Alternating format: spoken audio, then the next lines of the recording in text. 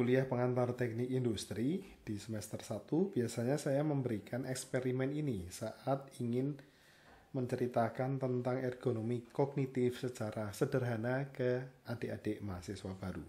Mungkin kalian juga masih ingat ya. Jadi saya akan menunjukkan sekelompok stimulus atau informasi. Di sini saya masih tutupi itu. Kemudian saya minta mahasiswa dalam waktu 30 detik biasanya untuk menghafal, mengingat sebanyak mungkin informasi yang ada di sini. Kalau mau nyoba diperbolehkan ya. Sekarang saya coba. Jadi informasinya hanya akan saya tunjukkan sekitar 15 detik, tapi di video akan saya singkat aja. Anda boleh pause nanti. Kemudian setelah itu ditutup, infonya saya tutup kembali, dan setelah itu diminta mencatat atau diminta menyebutkan hasil hafalannya tersebut secara catatan. Oke, kira-kira informasinya seperti ini.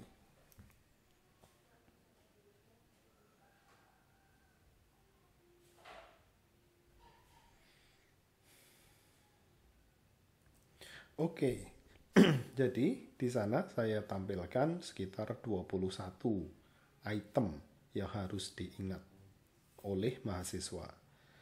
Kemudian saya tanya ke mereka, siapa yang bisa mengingat 21? Biasanya kan dibuktikan dengan catatan yang mereka buat.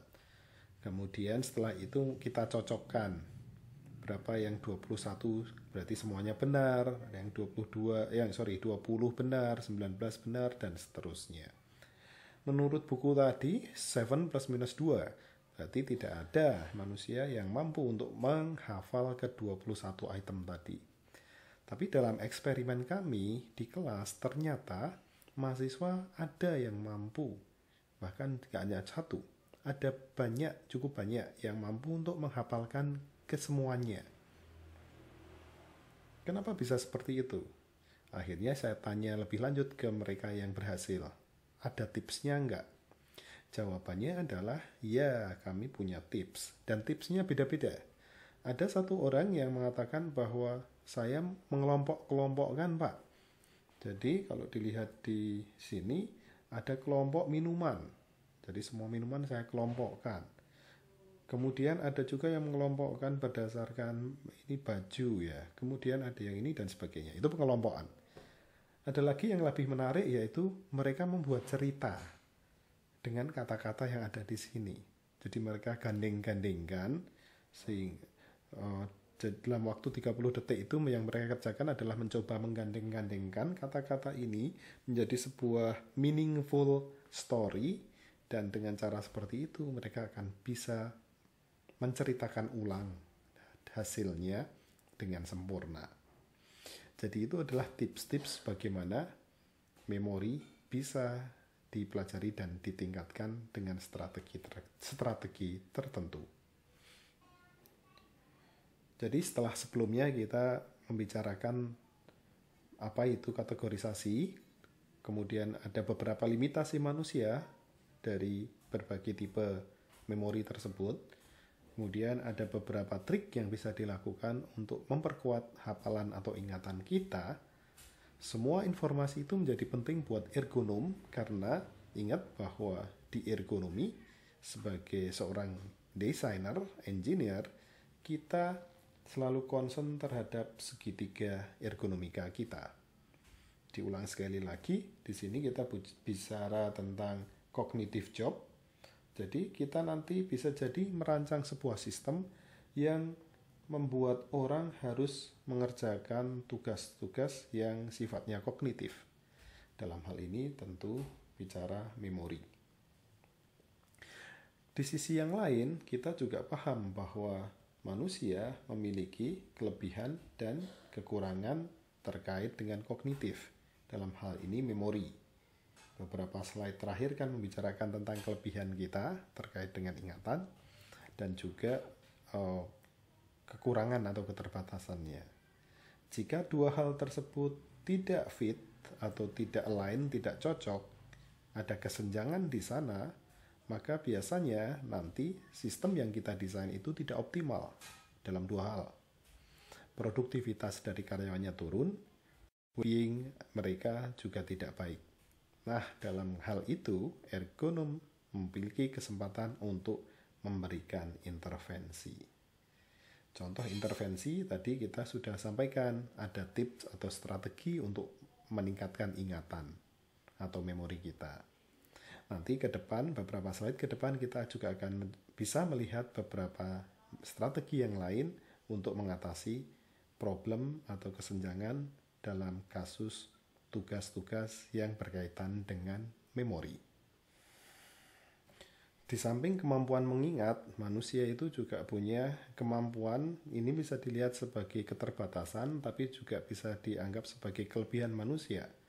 Bahwa tidak semua informasi yang masuk ke kita diolah, kemudian masuk ke short term memory, pada akhirnya akan tersimpan di memori jangka panjang.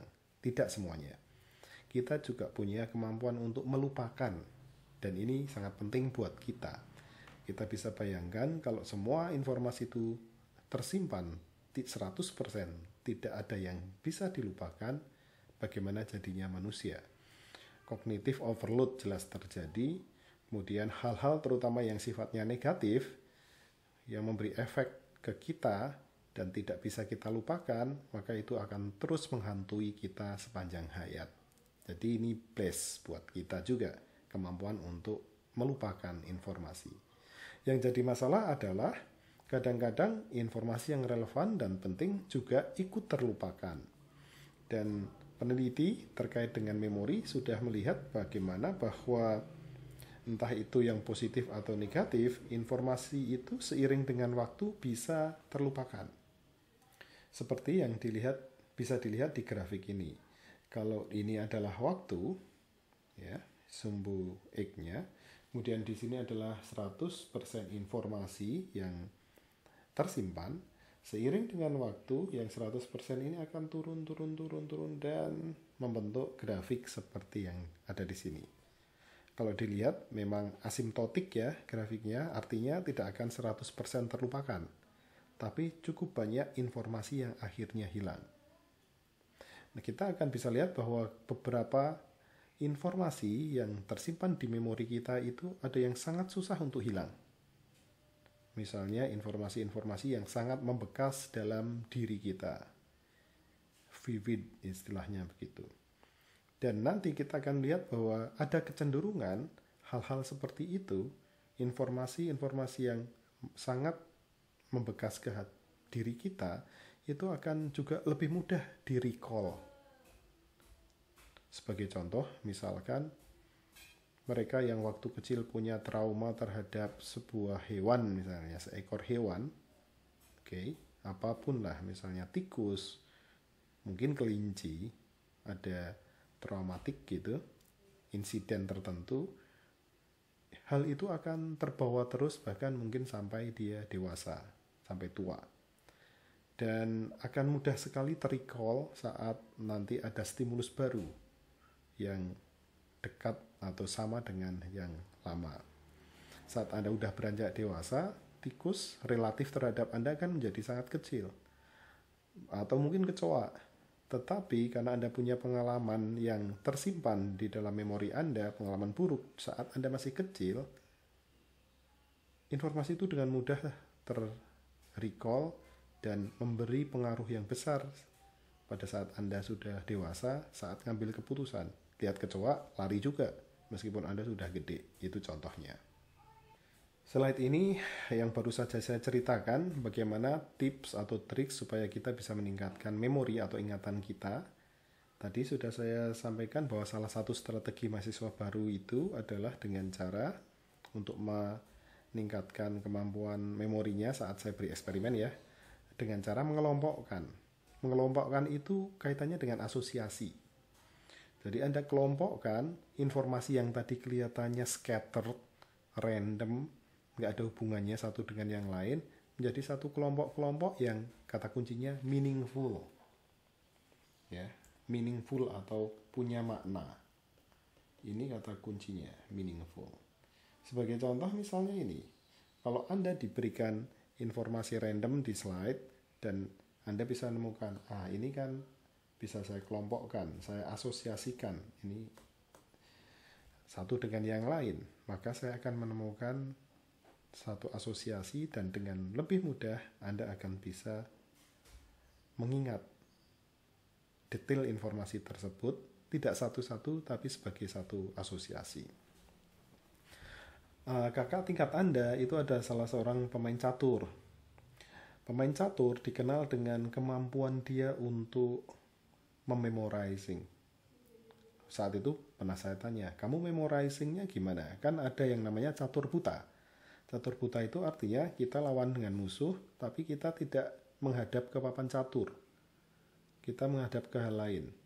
Dan semua posisi catur kita dan catur lawan dari waktu ke waktu harus Anda hafal. Gimana caranya menghafal itu? Mereka katakan, kami menghafalnya tidak satu-satu, tapi dengan pola atau pattern tertentu, strategi tertentu, dengan asosiasi.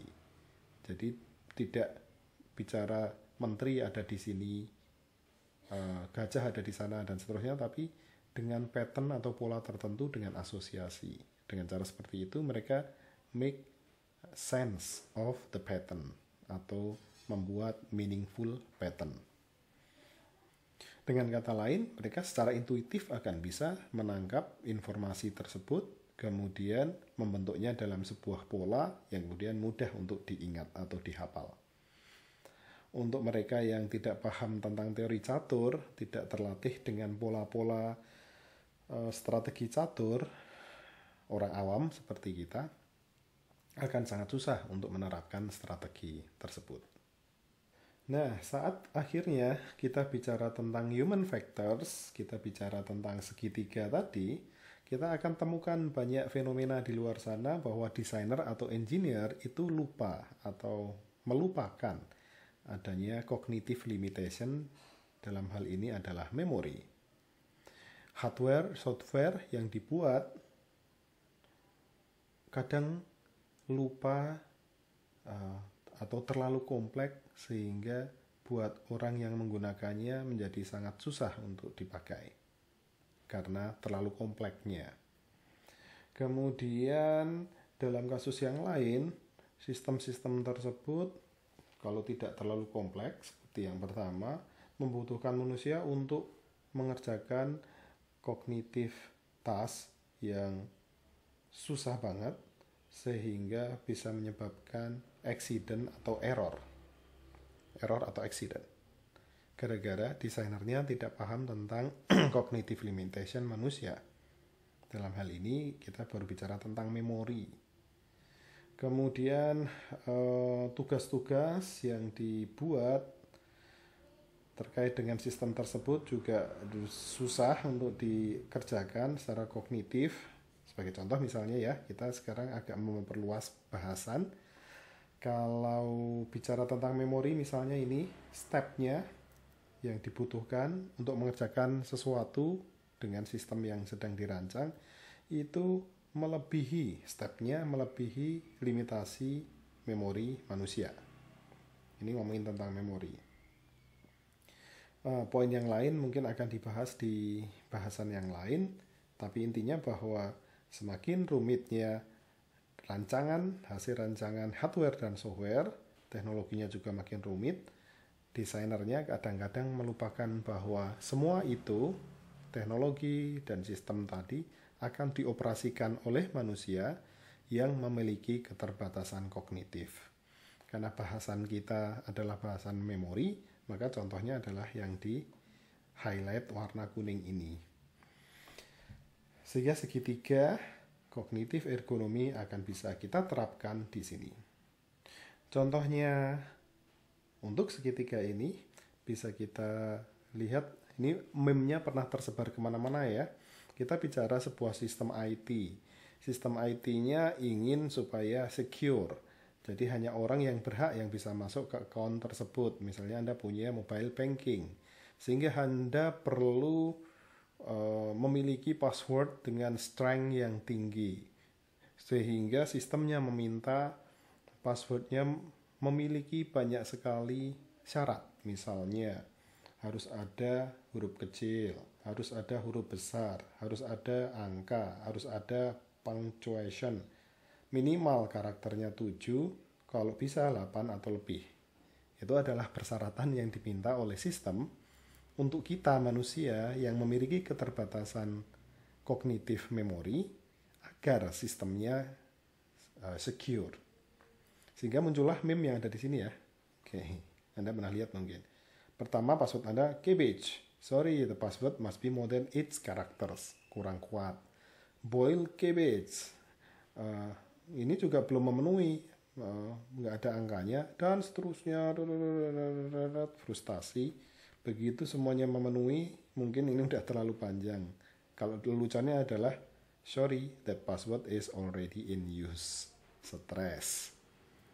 Artinya segitiga kita akan berlaku di sini. Job yang ada di sini tugasnya adalah membuat password yang kuat, yang impenetrable gitu kan ya. Dengan persyaratan seperti yang ada di sini. Artinya membuat kan kemudian nanti harus mengingatnya.